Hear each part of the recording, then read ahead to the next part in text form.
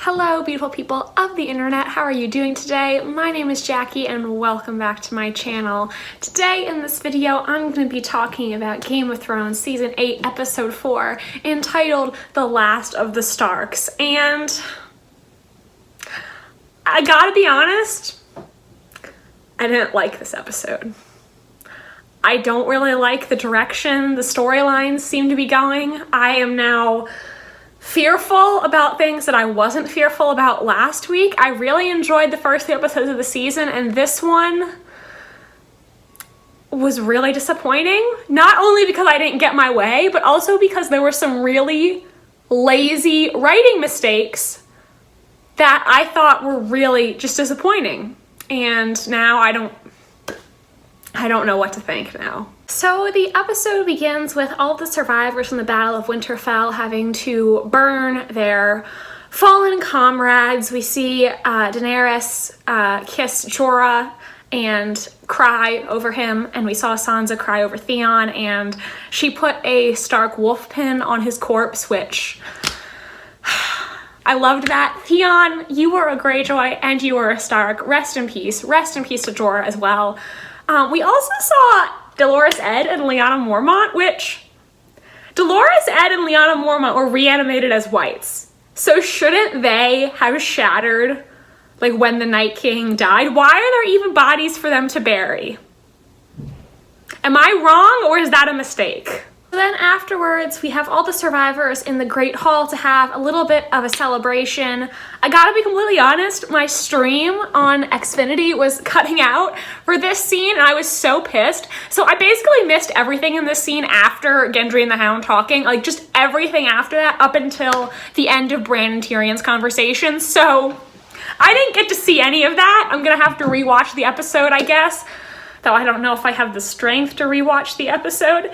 But I mean, I didn't get to see this scene and I would like to see it, so I will. But basically it starts off with Gendry wants to know where Arya is, she's not there, and the Hound like seems to know that there's something going on between Arya and Gendry, and he's actually not opposed to it. He kind of encourages Gendry to, go after her because the dead are dead and the two of them are not. So hey, the Hound's a little bit of a Gendry shipper. I mean, me too. So that was nice.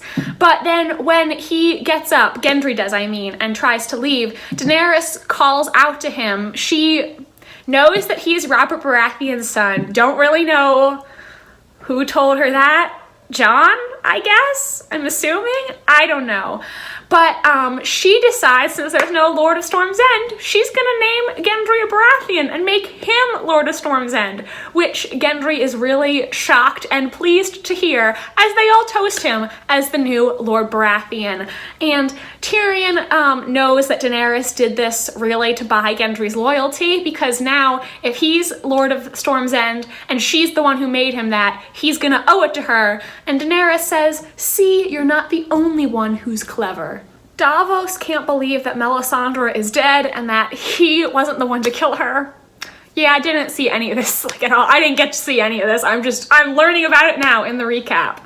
And then Tyrion goes to talk to Bran, who Bran says he has no interest in being the Lord of Winterfell or Lord of anything really, to which Tyrion says he envies Bran, but Bran says that Tyrion shouldn't envy him because he now lives in the past. And I honestly, what even is it the end game for Bran at this point? I was so sure that Bran was gonna die because what does a happy ending, or not even necessarily a happy ending, what does a satisfying ending for Bran look like? Like, he doesn't have a personality. He's not Bran. He's the Three-Eyed Raven. So what is he gonna do after all these wars are over if he's still alive?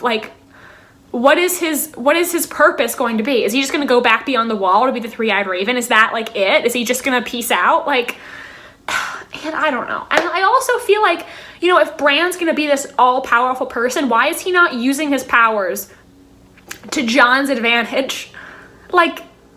just why is Bran even still here? Like, what are they doing with him? I'm so confused. Now everyone's spirits are starting to go up, and Daenerys raises a toast to Arya, the true hero of Winterfell, but Sansa gets angry and stalks out of the room.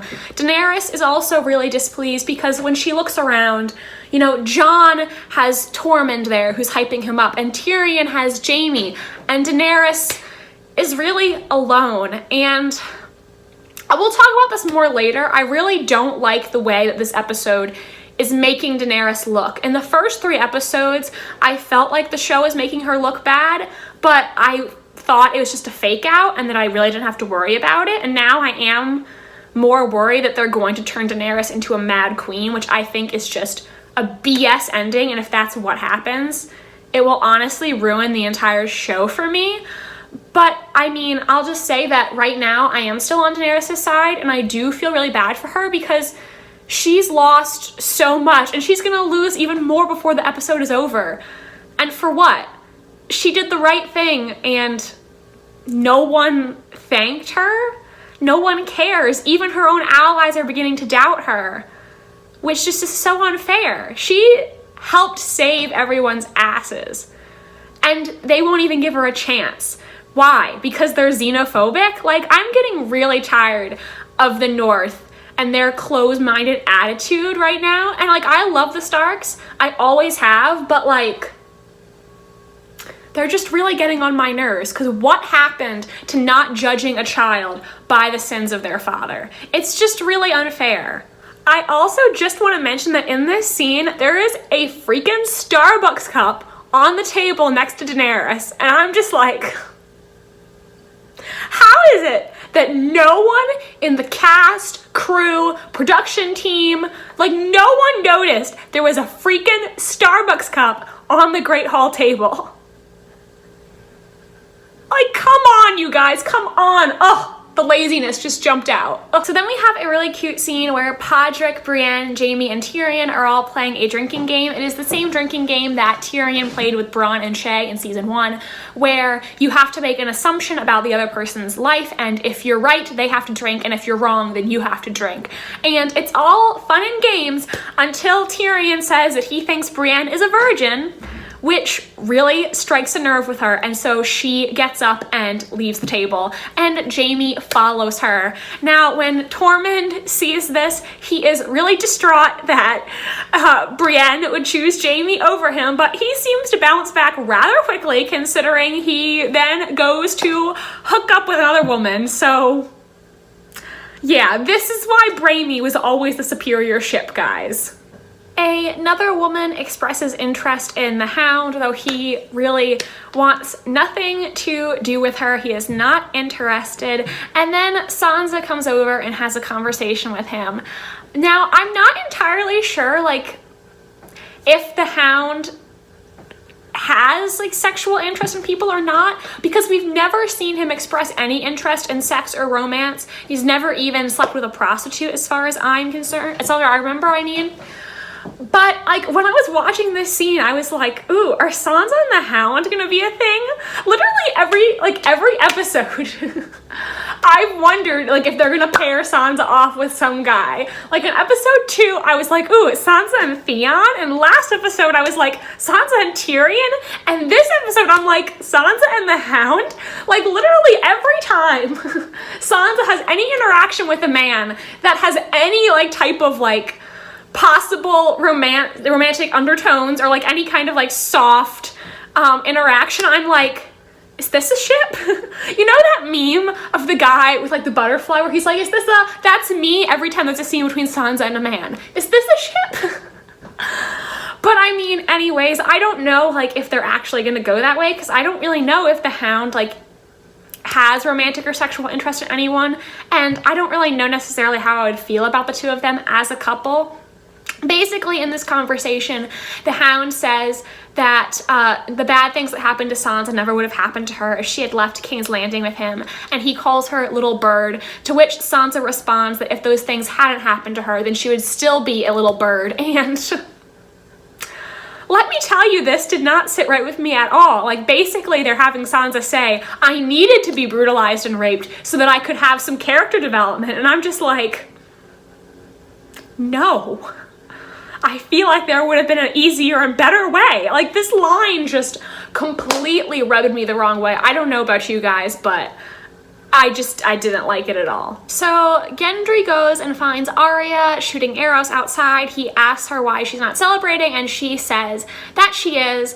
Gendry kisses her and happily informs her about his great news. He is now a Baratheon and the Lord of Storm's End. And before I continue on with this scene, I'm going to point out another one of the details that were just so wrong and really bothered me. I mean, I don't care if you think this is nitpicky, it really bugged me, where Gendry says, I'm not Gendry Rivers anymore, and he was never Gendry Rivers. I mean, first of all, Gendry shouldn't have a bastard surname because he was the son of a tavern wench, and his father never acknowledged him. You know, peasants, small folk don't have surnames, so he never would have had one to begin with. And secondly, even if he did have a bastard surname, it would be Waters, because he's from the Crown Lands. He was born in King's Landing, not the Riverlands. So, like, that was just such a lazy writing mistake that it really bugged me. I mean, I know the bastard surnames for all the kingdoms. Dan and Dave definitely should. So basically, Gendry goes on to say, I don't know how to be Lord of anything. He says, I don't even know how to use a fork, which is like hilarious and true. And he says, all I know is that you're beautiful and I love you, and none of it matters if you're not with me. So be with me, be my wife, be the Lady of Storm's End, which was such a sweet proposal. And I loved that he called Arya beautiful, because I know that's something that she never really heard a lot growing up. So it probably meant a lot to hear Gendry call her that, because it's not a compliment she's used to receiving. But his proposal goes about as well as I'm sure we all expected it to, where Arya lets him down very gently. She kisses him very sweetly and says that he will be a wonderful lord and any lady will be lucky to have him, but that's not her. And poor Gendry, you can see the moment like where his heart breaks. I felt so bad for him, because I know this probably meant so much to him to be legitimized, because Gendry's always had a bit of an inferiority complex, being a bastard. He always wanted to make something of himself so he could be worthy of Arya. That's, I think, part of the reason why he wanted to join the Brotherhood Without Banners. He wanted to make something of himself so he feel worthy of her. Obviously, we know that he's always been worthy of her, but he's always had that inferiority complex because he was lowborn. So finally becoming a Baratheon and the Lord of Storm's End probably meant so much to him, and he was probably so excited, and he just got his heart broken. That poor guy, because wow, Gendry is such a good guy, and I think he loves Arya so much, so I can only imagine how much that hurt him. Out of my three main ships on Game of Thrones, Braimy, Gendria, and Daenerys, I feel like after this episode, Gendria is the one that has the best chance of having a happy ending together, but not in the way that I originally wanted. I really wanted to see... Ooh, there was just like a noise. I thought like, I didn't know what that was. It scared me. I wanted to see Gendry and Arya as Lord of Lady and Storm's End, because I thought that as Lord of Lady of Storm's End, they could really make a difference. Gendry grew up as a member of the small folk, so I feel like he, as a lord, could be a really good ally for them, someone who is going to care about them and their interests. Like Arya says, I think Gendry would make a really good lord. He would obviously have to learn a lot of things because he can't read or write. He wasn't prepared for this, but those are things that people can learn. But being a good person is something you can't learn, and Gendry is a good person.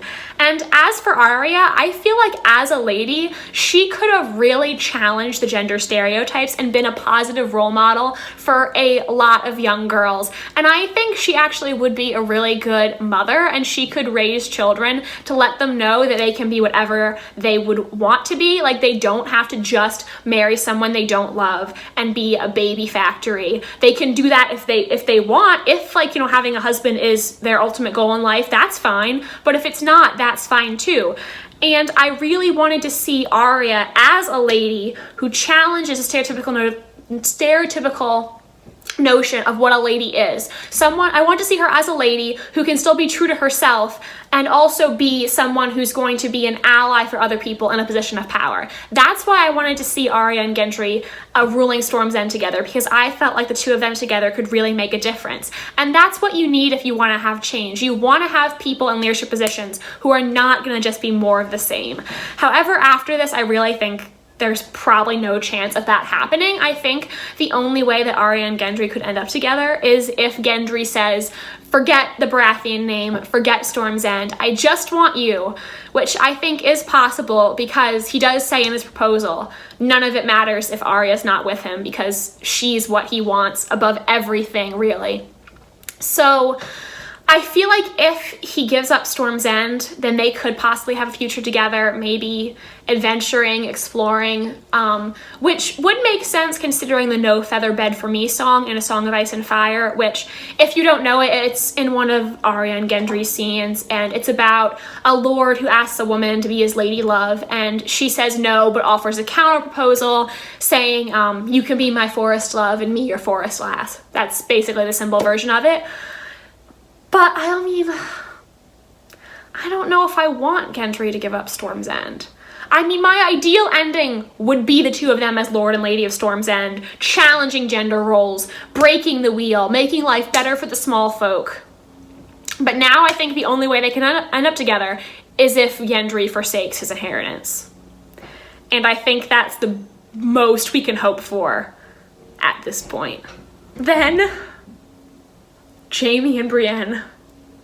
Where to even begin with Jaime and Brienne? Oh, the ship that I ship probably the hardest out of them all. I love them together. I have loved them together since like season 3. I don't even remember when it was. So Jaime goes to Brienne's room and he calls her out for not having had a drink during the drinking game, and he literally pulls the, oh, it's hot in here move and starts taking off his clothes. I was like, oh my God, Jaime. That's like really the move that you're going with. Wow. He is talking to her about Tormund, and Brienne remarks that he sounds jealous, which Jaime says, yeah, I do, don't I? And to make a long story short, they end up taking each other's clothes off. And Jaime says, I've never slept with a knight before. To which Brienne says, I've never slept with anyone before. And Jaime says, well, then you have to drink. Those are the rules. And then they start kissing. They're kissing. They're making out. They consummate their love. And I was dying. I was dying. Oh my God. Finally. My only complaint about this scene is that it was too short. I did not get to bask in the brainy glory for long enough before the inevitable heartbreaking conclusion, which we'll get to. So then Daenerys goes to find Jon, and she tells Jon that she loves him, and the two of them start making out, but before it can go any further, Jon breaks it off, which,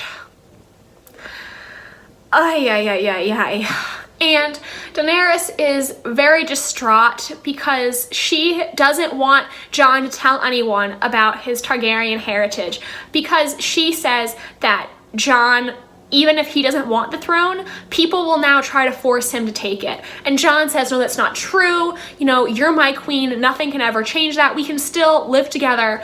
And Daenerys says, well, really, the only way we can is if you don't tell anyone that you're a Targaryen, which I don't think Daenerys really has the right to tell Jon that he shouldn't tell anyone, because this is Jon's secret and he should be able to tell people if he wants or not. That's really his decision to make.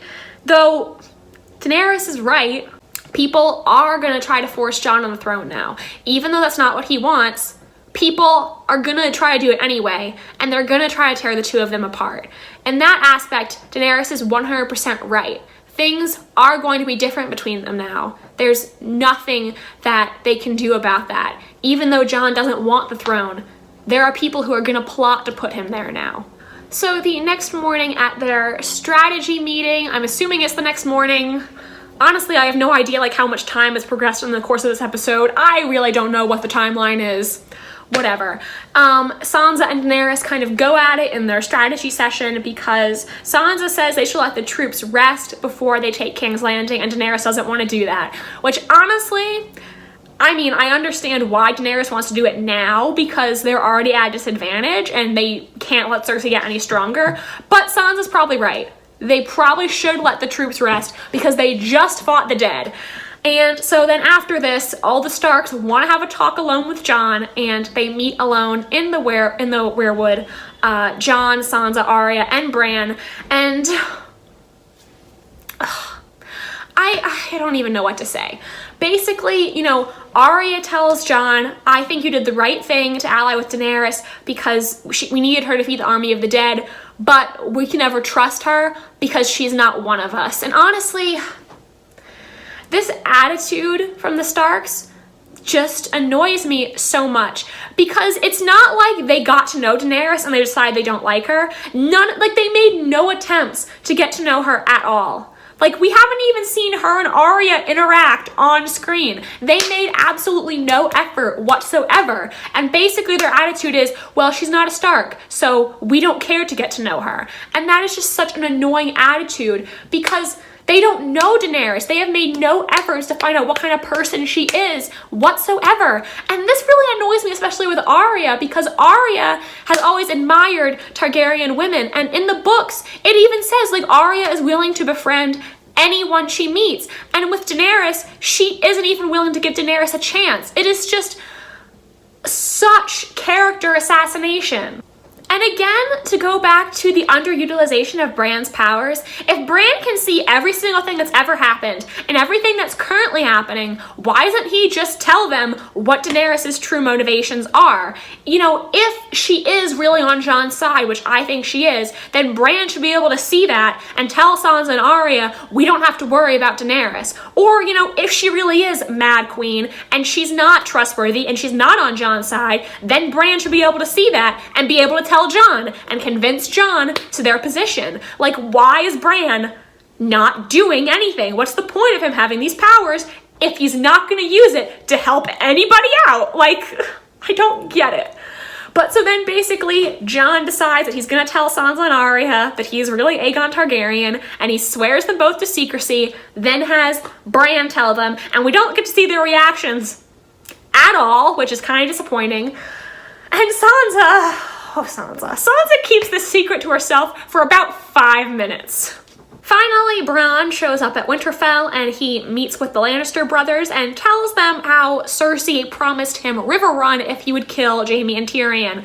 But he's going to them because he still thinks they have a better chance to win the war over Cersei, and Tyrion once promised to give him double what anyone else would promise him. So what's double Riverrun? Tyrion offers to give Bronn Highgarden. Really? We're gonna give Bronn Highgarden? I wanted Sam to get released from his Night's Watch vows and be given Highgarden so he could marry Gilly. Olenna Tyrell is probably rolling over in her grave right now. Next scene, we see the Hound riding for King's Landing alone. Obviously, he wants to go kill his brother. And then Arya joins him and says that she's coming along too. The Hound says he's never coming back to Winterfell, and Arya says, me neither. So what does that mean? Well, I think Arya probably still wants to kill Cersei, and I don't really know what her plan is after that. Maybe she thinks that she's probably gonna die in the attempt and that she's never gonna make it back to Winterfell. Maybe after she kills Cersei, she's planning on leaving Westeros and never coming back. Maybe if by some chance she kills Cersei and she survives, she's planning to go find Gendry and, like, you know, make up with him, and she just pushed him away because she thinks that she's going to die and she can't marry anyone when she hasn't finished her list. I really don't know. I will just say that if Arya's ending is sailing out of Westeros alone, without her family, without Gendry, I would be pissed. Because Arya is not a cold, unfeeling lone wolf. This season is supposed to be about Arya getting back to herself, allowing herself to be emotionally vulnerable, getting closer to her family again, allowing herself to fall in love with Gendry, even though that means being emotionally vulnerable. And if the ending is her being alone again, after all the years she spent running and being alone and having to fight for her life, I'll be pissed.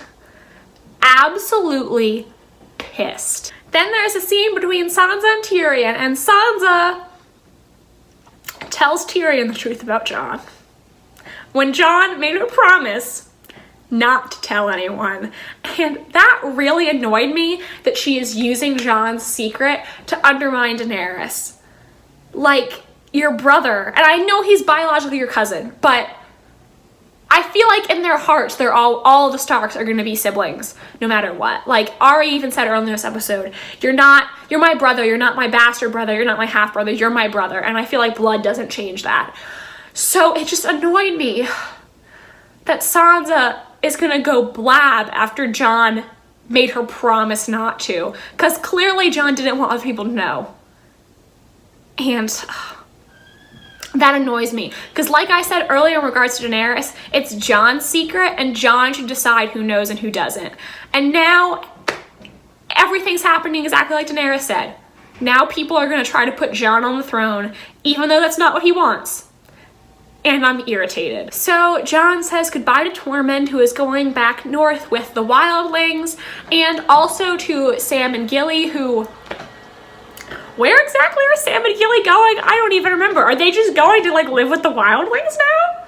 Is that their ending? Are we gonna see Sam and Gilly again? Or is this, like, goodbye forever? Is this goodbye forever to Tormund? Are we never gonna see him again in the next 2 episodes? And also realizes that Gilly is pregnant. And this was really cute how Sam is like, well, at the Citadel, there wasn't much else to do. That was really funny. And Gilly says they want to name the baby Jon if it is a boy. And Jon says, I hope it's a girl. That was really cute. At least Sam and Gilly are going strong. Every other ship is sinking, but Sam and Gilly still there. So I don't know, is this goodbye to these characters? Are we gonna see them again in the last 2 episodes? I don't know, I'm confused. But the thing that pisses me off is that Jon just gives Ghost Tormund. He just gives his direwolf away and doesn't even, like, give him a proper goodbye. Like, okay, like, even if you're gonna have Jon give Ghost away, you could at least give them an emotional goodbye. Jon doesn't even pet him. He just hugged Tormund, Sam, and Gilly and doesn't hug Ghost. That's really bad pet ownership. So as everyone in Team Daenerys is sailing for King's Landing, Tyrion tells Varys about Jon's parentage. And as Varys says, if 8 people know about it, it's not a secret anymore, so it seems like the secret is out. And Varys basically wants them to switch sides to put Jon on the throne, because he says even if Jon and Daenerys were to get married, he doesn't think Daenerys would want to share power with anyone. And he says something along the lines of Daenerys is too strong for him, she would bend him to her will, and like, that's so sexist, Varys. Like, literally, you're just ready to abandon Daenerys because a man came along and you're like, oh, that's great, let's just go. Like, oh, I'm so pissed off. And I feel like if they turn Daenerys into the Mad Queen, they're really pushing this women are hysterical narrative that is so anti-feminist, and that's part of the reason why I would hate that ending so much. I mean, also just because I don't view Daenerys' character that way, and I don't think she's a Mad Queen, I don't think she's a bad person, but I also just think, like, if that's the narrative we're gonna push, that's so sexist. Basically, D&D this episode are making all women look hysterical and crazy or cold and unfeeling, or making them out like to be victims and doing things that they don't deserve. And I'm just so upset about it. I'm so upset. And while Daenerys is flying Drogon, the Iron Fleet shows up and they kill Rhaegal. Just like that. Because D&D's logic in the inside the episode was that Daenerys forgot about the Iron Fleet. You really expect me to believe that she just forgot about them? And she's flying the dragons in the sky. Couldn't she have looked down and seen them coming? Where is the logic? So yeah, Rhaegal dies. Daenerys only has Drogon now, and I'm kind of wondering, like, why even bother to make Jon a dragon rider and have him use Rhaegal in battle if they were, like, literally not going to bond at all, and then you were gonna kill Rhaegal in episode 4. But it is what it is. And so Grey Worm orders Missandei to the skiff as they are being attacked, except when the team eventually lands on shore, Missandei is gone, and she's been captured. Wonderful. Great. So now Cersei has Missandei prisoner, and she's convinced Euron that he is the father of her unborn child, which obviously we know is not true. And Daenerys wants Missandei back, so does Grey Worm, and Varys and Tyrion basically tell her she should try to make a deal with Cersei, as if that's ever going to work. Like, Cersei is not going to agree to surrender. Right now she has more armies than Daenerys, so like, that's never going to work. And basically when word gets back to Winterfell, Jaime decides that he has to go, and that night Brienne wakes up to find him leaving, which is also like, so Jaime and Brienne didn't sleep together just once. They became like a thing at least twice. Because in the scene, like, they're, like, in the same bedroom and she's, like, naked under the blankets. So, like, they were, like, a thing. It happened more than once. But anyways, now to the really sad part. Brienne goes out and she begs Jaime not to go. You know, tells him, you don't have to do this. Like, you don't have to go die with Cersei. Stay here. Stay with me. And the way that Gwendolyn Christie delivers that line, stay with me, shattered my heart into 1,000 pieces. That line delivery was so good. She is such a talented actress. But basically, Jaime tells her, I did all these really bad things for Cersei. She's hateful, and so am I. And so he rides off into the night, leaving Brienne sobbing in the courtyard. And I'm so mad at Jaime. Oh, I'm so mad. I can't believe he made Brienne cry. That's my girl. How dare you hurt her? I hate seeing Brienne cry. I really hope this does not end up being a Jaime going back to Cersei thing, because Cersei tried to kill him more than once, and Jaime knows that. So, like,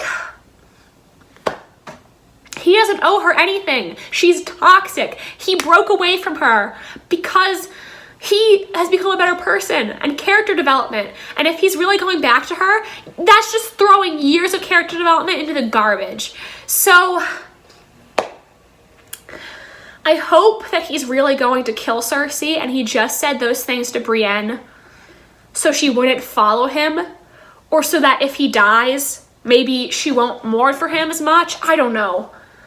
I hope that was his motivations. Because if he actually goes back to Cersei, then, like, what was the point? What was the point of any of this? What was the point of making me like Jaime, of making me fall in love with Jaime and Brienne's relationship if he's gonna go back to Cersei? What was the point of watching Daenerys' journey over these years if she's gonna go mad in the end? Like, that's my problem. I'm like, if you're really going to go in that direction, then what was the point of me investing 8 years in these characters for you to destroy all their development and all of their character in just a couple episodes? Like, it was just a waste of my time then if that's really the way you're going.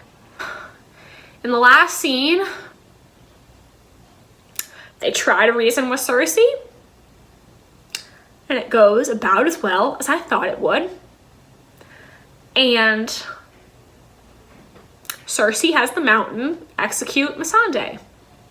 But only after Missandei speaks her last words, Dracarys, to Daenerys. And Daenerys and Grey Worm have to watch Missandei be murdered. I don't even know what to say. Like, this was a shocking moment, don't get me wrong, and one that I would have never seen coming, because I thought Grey Worm was gonna die for sure. I never thought it was gonna be Missandei, and I just have so many problems with the way this played out. I mean, I really always had a problem with Game of Thrones' lack of diversity. Grey Worm and Missandei were really the only two people of color on the show, the only two people of color who were actually fleshed out as characters. I mean, the Dothraki were just unceremoniously killed last episode. Like, and I thought one of them was gonna die, but I thought at least if Grey Worm died, he would die in battle. A free man fighting for his queen, going out in a blaze of glory. But they killed Missandei, who had been sold into slavery, freed, pledged her life to Daenerys, and then she died in chains. And that's what really upsets me about this, because not only did they kill one of the only people of color on the show, the only black woman on the show, they killed her in chains. They put her chains back on her and they killed her. And that to me is unacceptable. And it's really very upsetting to me, and I don't even know what to say. Like, I'm so sorry, Missandei. I'm so sorry. You were such a good person, and I feel so sorry for you. And I saw a post from a Sansa fan saying this is what Missandei gets for back-talking to Sansa last week, and that is just the most ridiculous shit I have ever heard. That person should be ashamed of herself. I mean, I was glad to see that other Sansa fans were responding to that post telling her, like, what you just said is not okay. But the fact that anyone would genuinely think that is so upsetting to me. Like, I would hope that no matter who your favorite character is, you would agree that Missandei was a good person. She didn't deserve this. And if you don't, then, like, go screw yourself for all I care. Like, if you think Missandei deserved this, then I don't really know what else to say about the episode, man. I'm really disappointed. I'm really upset with the way this seems to be going. And if they use the death of their only woman of color to propel another female character into madness, that is ridiculous and unacceptable. Like, I don't know, man. These last two episodes better be good, because if Jaime goes back to Cersei, if Daenerys becomes the Mad Queen, if Jon has to kill Daenerys, then I'm done. Then the entire show is ruined for me. Because if that's really the ending, then what was the point? What was the point of any of this? What was the point of me getting invested in these characters for 8 seasons if this is going to be their ending? I would never be able to watch the show ever again.